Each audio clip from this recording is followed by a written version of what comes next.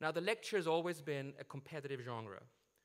Schopenhauer scheduled his first university lecture in Berlin at the very same time as Hegel and quickly gave up. But the struggle for audience size used to take place at the individual university. Thanks to information technology, the entire field of university education has now been transformed into a winner-takes-all market. The best performers, the best lecturers, could be able to capture a very large share of the national or the international student body. The lecture, a genre tied to the university, can now be used to scale down the institution itself. But behind the story of the super lecturer's success, one finds the story of the lecturer's failure. Lecturing, Harvard physicist Eric Mazur asserts, is outmoded, outdated, and inefficient. Education researchers have determined that lecture-based courses, where people sit and passively absorb information, is not an effective way for students to learn, and hence this traditional academic genre often fails to fulfill what must be its central purpose.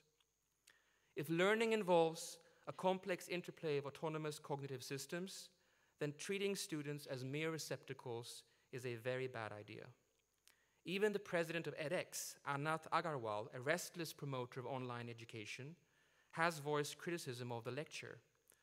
According to the San Jose philosophers, Agarwal describes the lecturer as a pontificating professor devoted solely to spouting content.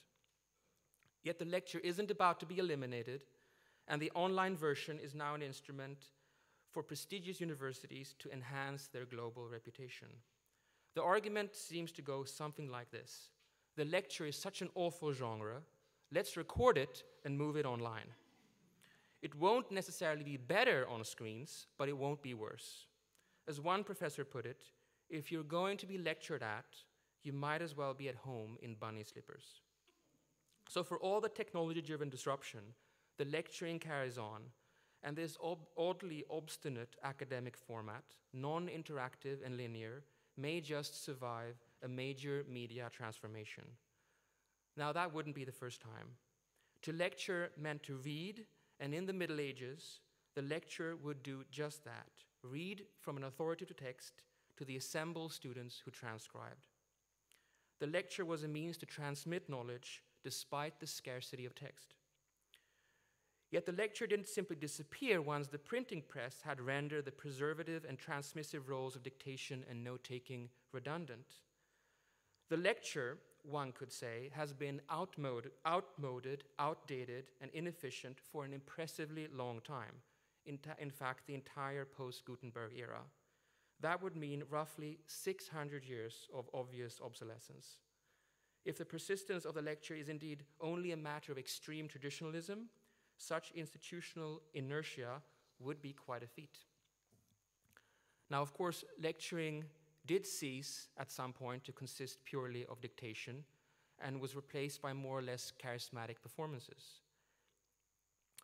This symposium today will allow us to explore the history and future of the lecture, this persistently unsatisfying and yet surprisingly resilient format.